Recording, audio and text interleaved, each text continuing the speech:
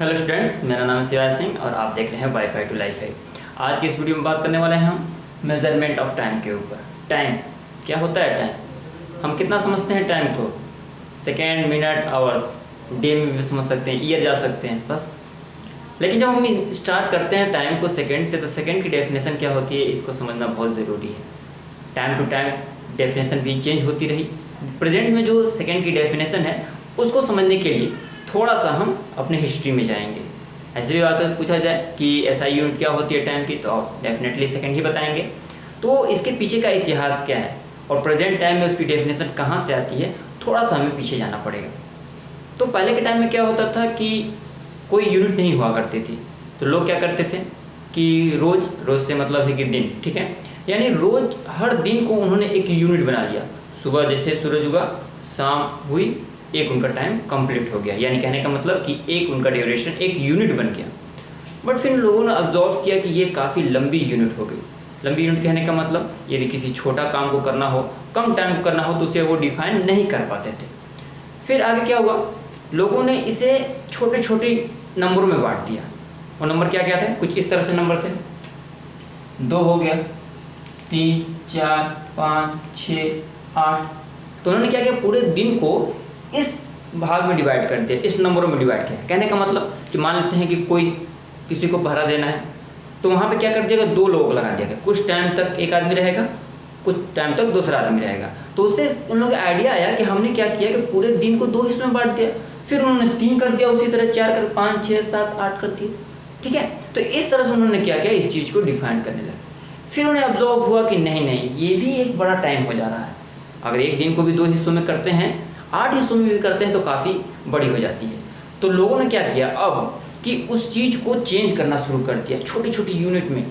उस टाइम तो कोई डेफिनेशन भी नहीं हुआ करती थी, तो आप चाहे नाम जो भी दे दें। तो उन्होंने क्या किया कि 24 आवर्स को, 1 डे को 24 आवर में बदल दिया, 24 आवर को 60 मिनट में कर दिया, 60 मिनट को 60 सेकेंड में कर दिया, ठीक है।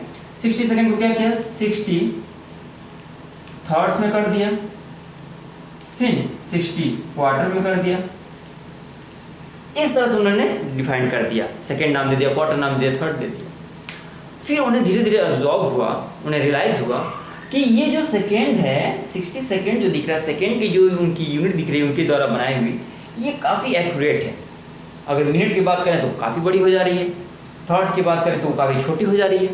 तो उन्होंने क्या किया कि सेकेंड को एक तरह से मान लिया और अपने हिसाब से सेकेंड को डिफाइन कर दिया। उस टाइम उन्होंने कैसे डिफाइन किया, उन्होंने किया कि 1 second is equal to 1/24 into 60 into 60 into duration of mean of day, ठीक है, या मीन डे।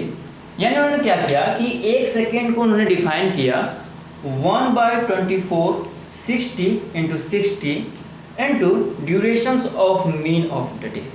यानी पूरे दिन को यदि उसका मीन निकाल दिया जाए, ठीक है, और उसे इस कैलकुलेशन से, इस नंबर से मल्टीप्लाई या फिर 24 इंटू 60 इंटू 60 से डिवाइड कर दिया जाए, तो उन्होंने 1 सेकेंड को डिफाइन कर दिया। उन्होंने मीन ऑफ द डे क्यों लिया? क्योंकि उन्होंने अर्थ की रोटेशन से लिया हुआ था। तो अर्थ का क्या है, मान लीजिए कि आज से 5000 करोड़ के बाद अर्थ घूमना बंद कर दे, तब क्या होगा, सेकंड की डेफिनेशन गलत हो जाएगी। फिर हम टाइम कहाँ से मेजर करेंगे? तो उन्होंने सोचा कि नहीं, ये भी क्या है, उतनी कन्वीनियंट नहीं है उस टाइम की चीज़ों में। ये भी हो सकता है कि अर्थ कभी सन से दूर होता है, कभी पास में होता है, तो हो सकता है कि वो कभी टाइम अधिक हो कम हो, इसलिए उन्होंने मीन ऑफ द डे ले लिया। तो उन्हें पता चला कि ये ठीक तो है सेकंड की डेफिनेशन, बट उतनी एक्यूरेट नहीं है, ये time to time, place to place change हो सकती है। फिर उन्होंने सोचा, आगे वाली आने वाली जनरेशन ने सोचा कि क्यों नहीं एक ऐसी चीज़ का हम इस्तेमाल करें ताकि वो एक्यूरेट हो, यूनिवर्स में कहीं भी ले जाएँ तो वो चीज़ वो ना बदले। उसके बाद से हम पढ़ते हैं उसी चीज़ से डेवलप हुई सीजियम एंड रूमेडियम एटॉमिक क्लॉक, ठीक है। आपने किताब में देखा होगा कि सीजियम और रूमेडियम एटॉमिक क्लॉक के बारे में, लेकिन क्या होता है उसको हम आसान भाषा में समझते हैं। उसके बाद से सेकेंड को रीडिफाइन किया गया। पहले साइंटिस्टों ने या पहले के लोगों ने क्या डिफाइन किया था, 1/24 into 60 into 60 into duration of a mean of the day. 24 hour आया कहाँ से? तो आज से 1000 वर्ष पहले इजिप्शियंस ने इंट्रोड्यूस किया था 24 आवर को। तो इतनी नीचे सारी हिस्ट्री थी हमारी। बट आज की डेफिनेशन की बात करें यदि सेकेंड की, तो इसे एक्यूरेट बनाने के लिए हम सीजियम या फिर रूबिडियम का इस्तेमाल करते हैं एटम का। ऐसा क्यों? क्योंकि मान लीजिए कि बहुत सारे एटम हैं हमारे पास, लेकिन सीजियम जो होता है, रूबिडियम हो जाता है, उनकी जो एक्यूरेसी होती है बहुत ज़्यादा। तो उन्होंने क्या किया कि सीजियम का इस्तेमाल किया। आज के प्रेजेंट के साइंटिस्टों ने सीजियम 133 का, ये क्या है? तो सीजियम 133 आइसोटोप्स का उन्होंने इस्तेमाल किया। 137 भी होता है, बट 133 ग्राउंड स्टेट में काफ़ी स्टेबल होता है।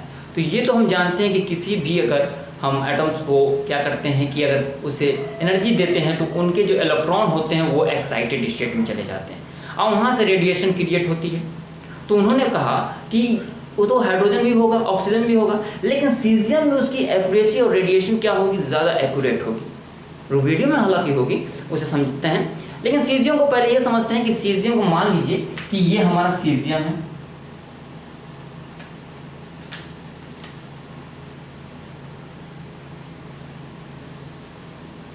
ठीक है। तो जैसे ये इसके इलेक्ट्रॉन आपके रिवॉल्व करने लगे तो हर पैटर्न से क्या हुआ? इनमें से रेडिएशन क्रिएट होने लगी, हर पैटर्न से, ठीक है, हर पैटर्न से होने लगी।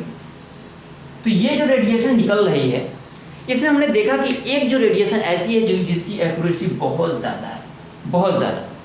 तो उन्होंने क्या किया कि इसे एक अपना एटॉमिक क्लॉक बनाने के लिए उन्होंने इस्तेमाल कर लिया। सीजियम आपका 133 काफ़ी स्टेबल था। तो ये जो रेज निकल रही है, ये जो रेडिएशन निकल रही है, इस रेडिएशन की जो एक्यूरेसी है वो आपकी है 2 पार्ट्स ऑफ 10⁻14 टाइम्स। इसका कहने का मतलब कि यदि 10⁻14 टाइम्स यदि किया जाए तो उसमें केवल 2 पार्ट्स होंगे जो मिसमैच हो सकते हैं। तो काफ़ी बड़ी एक्यूरेसी है इसकी, यानी जो रेडिएशन निकल रही है, यदि उसकी बात करें कि 10⁻4 टाइम्स हमने किया तो उसकी जो मिसमैच होने की जो कंडीशन है वो केवल 2 पार्ट्स यानी 2 बार। तो इसकी एक्यूरेसी बहुत ज़्यादा है। आप यूनिवर्स में कहीं भी ले जाएं तो ये हर जगह स्टेबल रहा है। इसीलिए साइंटिस्टों ने क्या किया, इसका सीजियम एटॉमिक क्लॉक का डेवलप किया। रूबिडियम क्लॉक के ऊपर भी हमने बात की थी, थोड़ी सी बात उसके ऊपर की थी। तो उसे समझ लेते हैं कि रूबिडियम क्लॉक की भी एक्यूरेसी ज़्यादा होती है, बट सीजियम से थोड़ी कम। यदि इसकी बात करें रूबिडियम की मैं लिख देता हूँ, वो होती है 1 पार्ट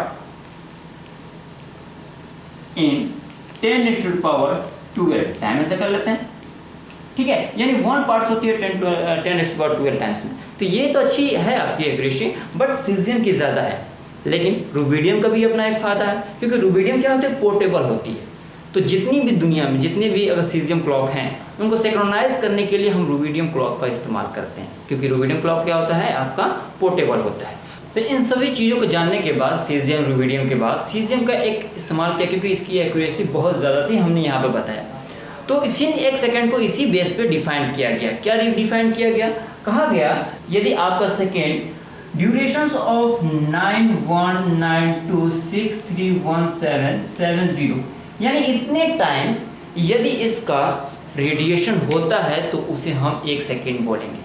और सीजियम की जो एक्यूरेसी है बहुत ज़्यादा है। आप इसको ऐसे भी समझ सकते हैं कि इसको 1 सेकेंड आगे पीछे होने में आपको 1.4 मिलियन ईयर लग सकते हैं सीजियम क्लॉक।